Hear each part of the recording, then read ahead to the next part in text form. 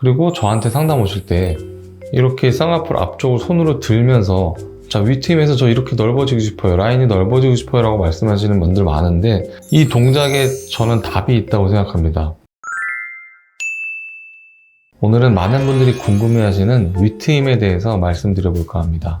자, 앞트임과 윗트임은 쌍꺼풀 수술과 앞트임처럼 별개의 수술이 아닙니다.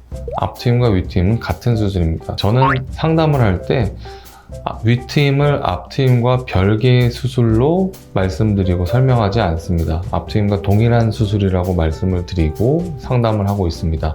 그러면 윗트임이라는 용어는 왜 생겨났고 왜 구분되어져 있는 걸까요? 제가 생각할 때는 설명하기 위해서, 설명의 용도로 처음에 생겼다고 생각합니다. 지금부터 그 이유에 대해서, 그리고 윗트임이라는 용어로 설명되기 조금 더 쉬운 상황에 대해서 말씀을 드리려고 합니다. 자, 우리가 흔히 앞트임은 몽고주름을 줄이는 수술이라고, 그리고 미간이 멀 때 조금 더 미간을 가깝게 만드는 수술이라고 알고 있고, 대부분 그렇게 이해하고 물어보십니다. 그래서 저에게 상담 오실 때 저는 미간이 더 가까워지기는 싫고 위쪽으로 시원해지고 싶어서 윗트임을 하고 싶어요 라고 오시는 분들이 많습니다. 자, 그러면 윗트임을 하면 위쪽이 시원해질까요? 저는 단호히 아니라고 말합니다. 그리고 저한테 상담 오실 때 이렇게 쌍꺼풀 앞쪽을 손으로 들면서 자, 윗트임에서 저 이렇게 넓어지고 싶어요, 라인이 넓어지고 싶어요 라고 말씀하시는 분들 많은데,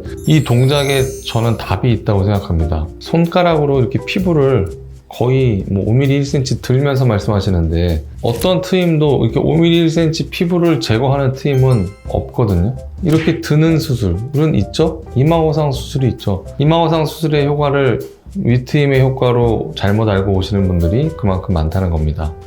앞트임의 절개선 길이도 몇 밀리미터 될까 말까이고, 앞트임 절개선의 끝부분과 쌍꺼풀 수술의 절개선 끝부분은 항상 거의 맞닿아 있게 되는데, 앞트임과 윗트임도 하고 쌍꺼풀 수술도 하고, 그 앞트임과 쌍꺼풀 수술 사이에 항상 거의 맞닿아 있는 그 사이에 윗트임이라는 수술을 추가적으로 할 수 있다는 것 자체가 사실은 물리적으로 불가능하겠죠.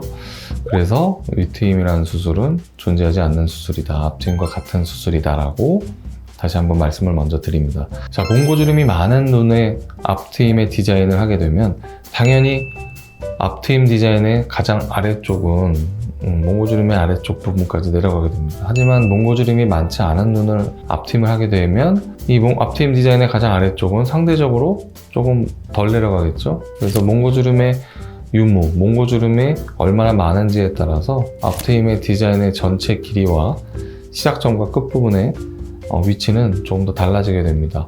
바로 이런 분들께서 나는 앞트임은 필요하지 않은 눈인데 저는 윗트임이 필요한 눈 아닌가요? 이제 이렇게 생각하시기 쉬운데, 이런 분들은 이제 흔히 말하는 이 몽고주름 쪽이 아니고 쌍꺼풀 라인의 앞쪽, 대각선 방향의 앞트임이 필요한 경우들이 있습니다. 이러한 용어상의 차이, 어떻게 보면 앞트임이라고 설명을 하면 나는 앞트임이 필요하지 않은데 저 몽고주름 없잖아요, 저는 몰려 보이기 싫은데요, 이렇게 생각하시는 분들께 보다 수술 설명을 용이하게 하기 위해서 아마 윗트임이라는 용어를 어떤 분께서 처음에 사용하신 게 아닐까라고 저는 추측을 합니다. 그래서 이런 상황에 대해서 몇 가지 말씀드리도록 하겠습니다. 첫 번째는 몽고주름은 많지 않은데 미간 사이가 먼 경우가 있습니다. 제가 상담을 하다 보면 미간 사이 거리를 다 자료 재보면 상담하시는 분들의 평균적으로 미간 사이 거리는 한 33mm에서 4mm 정도 됩니다. 우리가 의사들이 공부하는 책은 다 미국 책이기 때문에 이상적인 미간 사이 거리와 콧볼 사이 거리는, 그리고 눈 사이 거리는 다 같다. 눈의 폭, 미간 사이 폭, 또 눈의 폭, 코의 폭, 이 네 가지 거리가 같으면 가장 이상적인 거리라고 하는데, 이는 서양인 기준이고 실제로 동양인에서는 미간 사이 거리보다 코의 폭이 한 2mm, 3mm 정도 먼 것이, 코가 조금 더 넓은 게 보기 좋다, 안정감이 있다, 이렇게 이제 얘기를 하는데, 코가 좀 작은 분들, 미간이 넓고 코의 폭이 좀 더 좁은 분들의 경우에는 조금 눈이 더 멀어 보이고 코가 너무 작아 보이는 경우가 있습니다. 근데 몽고주름은 많지 않고, 이럴 때는 앞쪽으로 트임할 것이 많지 않은데 앞트임은 하고 싶고, 이럴 때 이제 윗트임이라고 말씀하시면서 이제 오시게 되는데, 그럴 때는 대각선 방향으로 이 몽고주름의 시작하는 위쪽 방향의 트임을 이제 앞트임을 위쪽으로 하는 게 되겠죠. 이제 그럴 때 윗트임이라고 이해하시면서 하는 트임을 하게 됩니다. 자, 이런 경우가 흔히 말하는 위쪽 방향의 앞트임이 필요한 첫 번째 경우입니다.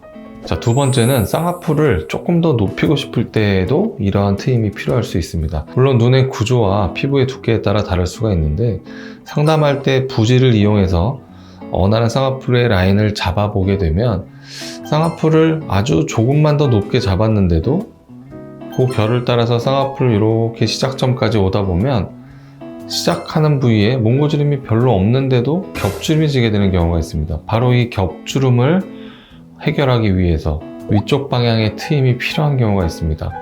몽고주름이 별로 없는데 왜 저는 쌍꺼풀 수술할 때 앞트임을 해야 되죠? 라고 물어보시는 분들도 계신데, 라인을 이 정도 크기로, 이 정도 크기로 높이기 위해서는 트임이 필요합니다. 트임이 필요 없는 제일 큰 쌍꺼풀의 크기는 이 정도입니다. 제가 이제 보여드리면서 상담을 하게 되는데, 이렇게 겹주름을 해결하기 위한 위쪽 방향의 트임이 필요한 경우도 있습니다.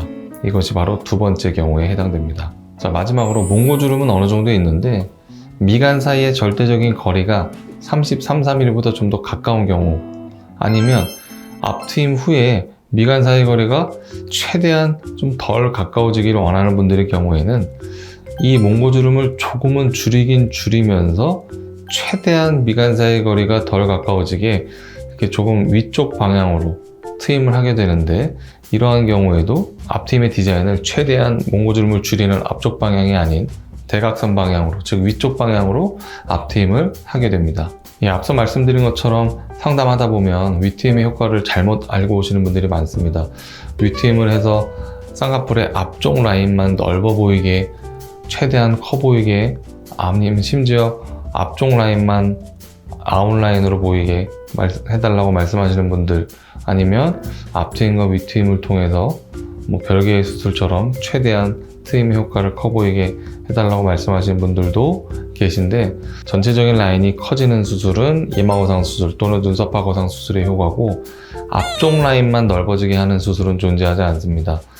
이 윗트임, 즉 앞트임을 위쪽으로 하는 트임의 효과는 겹주름을 줄이거나 몽고주름을 위쪽 방향으로 조금 줄이는 앞트임을 위쪽으로 하는 수술을 말하고, 앞트임과 윗트임은 별개의 수술은 아닙니다. 이 나에게 필요한 수술이 앞트임인지, 아니면 앞트임을 어느 정도 해야 되는 건지, 앞트임을 살짝 해야 되는 건지, 이 보다 정확한 상담은 부지로 쌍꺼풀 라인을 잡아보고 미간 사이 거리를 재보고 오른쪽 왼쪽 눈의 대칭 여부와 피부 두께 등 여러 가지를 고려해야 되기 때문에 내원 후 상담해 주시면 제가 보다 정확하게 말씀드릴 수 있을 것 같습니다. 오늘 영상이 도움이 되셨다면 구독과 좋아요 부탁드리고, 추가적으로 궁금하신 거 있으면 댓글 남겨주시면 제가 확인하고 댓글 남겨드리도록 하겠습니다. 감사합니다.